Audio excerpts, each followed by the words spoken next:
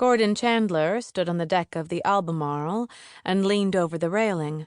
His head and shoulders cast an elongated shadow across the blue-green ocean below, where his children frolicked in the late afternoon sun, and he closed his eyes, impressing the scene upon his memory. Over the past several weeks, it had become painfully obvious to him that his vast stash of memories contained far more images of sunken hulls than of his son and his daughter at play, and he was stunned as well as saddened by the realization. Somehow, during all those years he'd spent carefully locating and digging artifacts from the ocean's floor, both Jared and Rachel had managed to grow into adults, with precious little assistance from him. Gordon was at a loss to explain how it had all happened so quickly.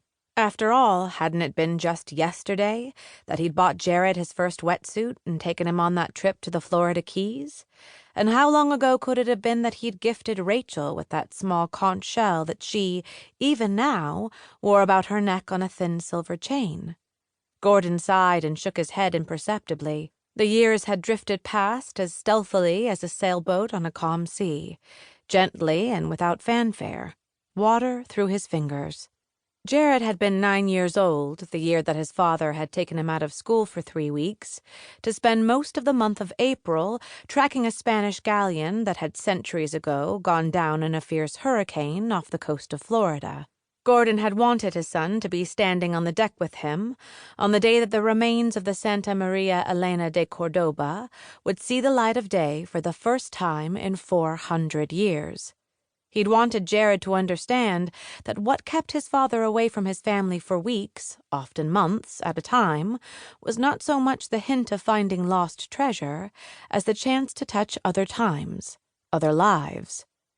Jared was now 32 years old, Rachel 28, and Gordon was still not certain of how much of their lives he had touched, beyond, of course, their choice of profession.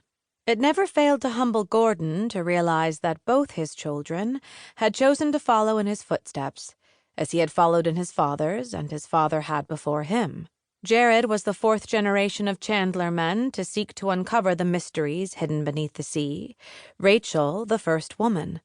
Both had joined Chandler and Associates upon graduating from college.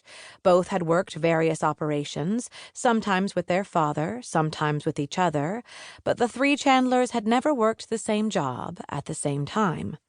This latest venture, the salvaging of the True Wind, with all its legendary pirate treasure aboard, would mark the first time father, son, and daughter had worked together. Somehow, despite his shortcomings as a father, both of his children had seemed to understand that the countless hours Gordon spent researching the location of each vessel was a journey toward fulfilling the legacy of every one of the men on board those doomed ships. That each salvaged ship brought to light the stories of 100 or more men who had perished on an angry sea, and in the remains left on the ocean's floor, Gordon often learned just what it was that those men had believed was worth dying for. For some, it had been gold.